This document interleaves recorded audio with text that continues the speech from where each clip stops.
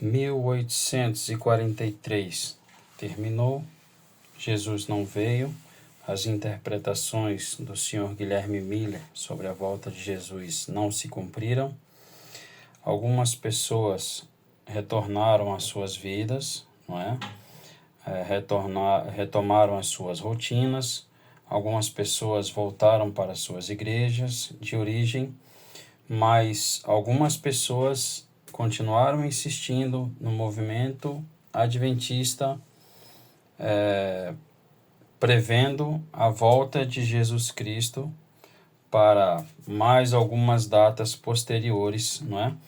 E então, agora nós vamos conhecer um novo personagem desse movimento que previu a volta de Jesus para 1844. Esta pessoa trata-se do Sr. Samuel Snow. Ele disse a Guilherme Miller que ele havia errado, né, a contagem dos anos em que Jesus voltaria. E, na verdade, ele disse que Jesus voltaria no Yom Kippur de 1844, segundo o calendário dos judeus caraítas. Então, hoje não se sabe de onde ele tirou essa informação, porque tanto os judeus caraítas quanto os judeus ortodoxos, eles entendem que o Yom Kippur de 1844 aconteceu no dia 23 de setembro de 1844 e não no dia 22 de outubro de 1844, como afirmava o Sr. Samuel Snow. Não se sabe de onde ele tirou essa informação. Então, irmãos, pela própria data do Yom Kippur de 1844, nós temos mais uma prova de que a interpretação das profecias de Daniel com o retorno de Jesus Cristo para 1843 e posteriormente para o Yom Kippur de 1844, essas interpretações estavam erradas. E, novamente, culminou com o que é chamado de o Grande Desapontamento de 1844. Sobre o Sr. Samuel Snow, ao longo de sua vida, ele foi acometido por problemas psiquiátricos. Ele dizia ser o profeta Elias e que quem não aceitasse a sua mensagem sofreria pestilências, doenças, guerras e teriam uma morte violenta as pessoas que não acreditassem na pregação do profeta Elias, que no caso dele se tratava do próprio Sr. Samuel Snow. Agora, irmãos, eu gostaria de compartilhar com vocês algumas informações, alguns recortes de jornais para a gente entender como foi o desapontamento de 1844, para a gente ter uma noção da magnitude e da calamidade que foi o desapontamento de 1844. O jornal Brooklyn Daily Eagle fala em morte nos acampamentos mileritas, tratamento desumano de crianças. A reportagem dizia que mileritas da Filadélfia permaneceram acampados perto de Phoenix durante toda a noite de segunda e terça-feira. E na quarta-feira, 2 crianças foram encontradas geladas e mortas. O jornal The New Hampshire Patriot falou em idosos e crianças que faleceram em meio aos acampamentos mileritas. O jornal Daily Argus ele fala que um homem de Boston cortou a própria garganta e em seguida ele foi internado em um hospital psiquiátrico. Ele sobreviveu à tentativa de suicídio e foi internado num hospital psiquiátrico.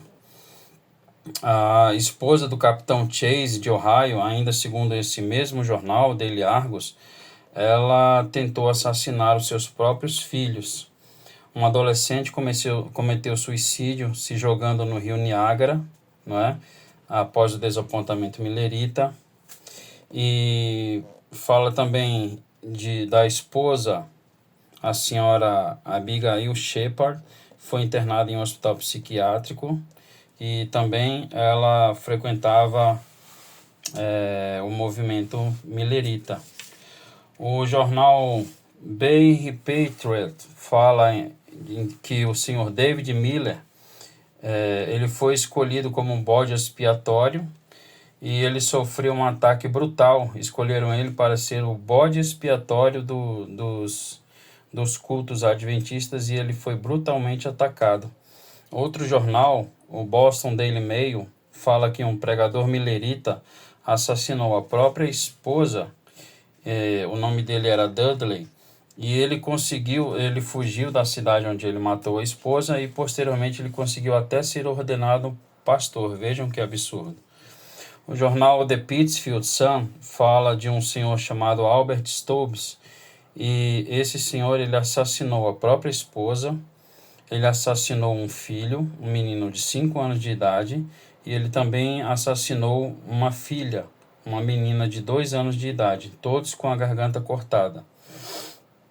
Ele trabalhava vendendo o gráfico milerita, né, o gráfico que Guilherme Miller apresentava em suas conferências, e ele também tentava provar a veracidade das doutrinas adventistas. Então, apenas para nós termos uma noção do que foi, meu Deus, o grande desapontamento de 1844, e que hoje em dia a gente vê a Igreja Adventista anunciar, né, a comemoração do grande desapontamento de 1844. Será que eles leem os recortes de jornais que trazem essas informações na comemoração do grande desapontamento? Será que eles leem isso no púlpito das igrejas para os irmãos saberem? Enfim, meu Deus, que absurdo. Ainda sobre o desapontamento de 1844, a senhora White, ela escreveu o seguinte sobre o desapontamento de 1844. De todos os grandes movimentos religiosos, desde os dias dos apóstolos, nenhum foi mais livre de imperfeições humanas e dos enganos de Satanás do que o do outono de 1844. Mesmo hoje, depois de transcorridos muitos anos, todos os que participaram do movimento e que permanecem firmes na plataforma da verdade ainda sentem a santa influência daquela obra abençoada e dão testemunho de que ela foi de Deus. Isto está escrito no Grande Conflito, página 401 do Grande Conflito, não é? Enfim, a senhora White corroborando a interpretação bíblica que culminou no grande desapontamento de 1844.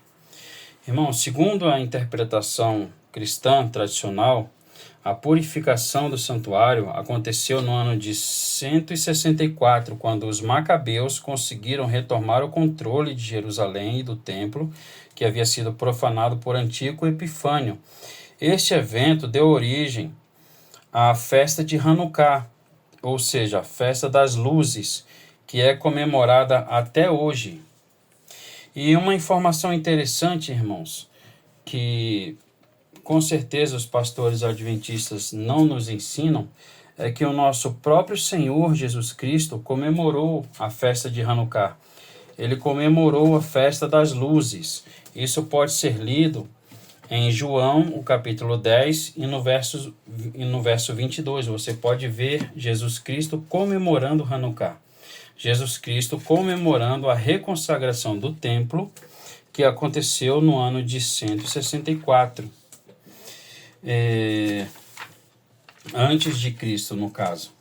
E uma informação ainda interessante sobre a festa de Hanukkah, se você ler o livro de João, algumas passagens antes e algumas passagens depois, que descreve Jesus Cristo comemorando Hanukkah, por exemplo, em João 8 e o verso 12, nós encontramos a seguinte informação. Deixe-me abrir a Bíblia aqui um instante. João 8, verso 12, Jesus Cristo fala o seguinte: falando novamente ao povo, Jesus disse: eu sou a luz do mundo. Quem me segue nunca andará em trevas, mas terá a luz da vida. Então, enquanto Jesus Cristo estava em Jerusalém comemorando Hanukkah, o que Jesus Cristo nos ensinava era o seguinte, João 9, verso 5. Enquanto estou no mundo, sou a luz do mundo. Em João 12, o verso 46, todos esses textos, um pouco antes e um pouco depois de Jesus Cristo comemorando a festa das luzes, ele diz o seguinte, por exemplo, em João 12, o verso 46. Ele nos diz: eu vim ao mundo como luz, para que todo aquele que crê em mim não pereça nas trevas. Esta é a mensagem de Jesus Cristo enquanto ele estava aqui entre nós, comemorando a festa de Hanukkah. Agora deixa eu perguntar para você, meu irmão. Quem você acha que tem razão?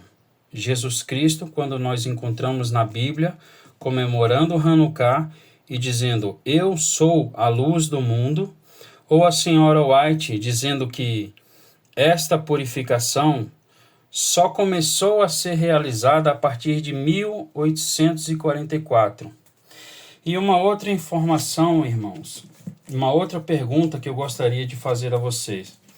Quando nós vemos Jesus Cristo anunciando o Evangelho, quando nós vemos os discípulos e apóstolos anunciando o Evangelho de Cristo, será que como resultado da pregação de Jesus Cristo, da pregação dos discípulos, da pregação dos apóstolos, nós vemos as pessoas se suicidando, desenvolvendo problemas psiquiátricos, falência financeira? Será que ao sair da presença de Cristo, essas pessoas iam para casa para cometer suicídio, para matar as suas esposas e filhos, ou saíam pelo mundo desenvolvendo problemas psiquiátricos? Você consegue encontrar na pregação milerita do grande desapontamento de 1844 os frutos do Espírito Santo? Você consegue encontrar, irmão, os frutos do Espírito Santo no trabalho de Guilherme Miller e da senhora White, que culminaram com um grande desapontamento e com todos esses crimes que eu acabei de mencionar? Pense nisso, meu irmão. Pense nisso. Por favor, com sabedoria, em oração, pedindo a Deus direcionamento para que você entenda quem é a luz do mundo e qual é a mensagem do verdadeiro evangelho para a sua vida.